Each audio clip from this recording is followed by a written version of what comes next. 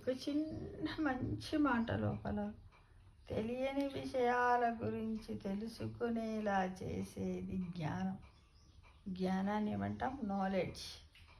ఏది గుర్తించుకోవాలి, ఏది మర్చిపోవాలో తెలియజేసేది వివేకం. అందుకే వివేకము లేని జ్ఞానం వ్యర్థం అంటున్నారు. అందరికీ ఏం తెలుసు? వివేకం, జ్ఞానం అంటే రెండు ఒకటే అనుకుంటారు, కానీ డిఫరెంట్. అన్ని విషయాలు తెలుసుకుంటే దాన్ని జ్ఞానం అంటారు. ఏది గుర్తుంచుకోవాలో, ఏది మర్చిపోవాలో తెలియజేసేది. కానీ అనవసరమైన విషయాలు కూడా బుర్రలో పెట్టుకుంటే మన బుర్ర వేడెక్కుతుంది కదా ఫ్రెండ్స్.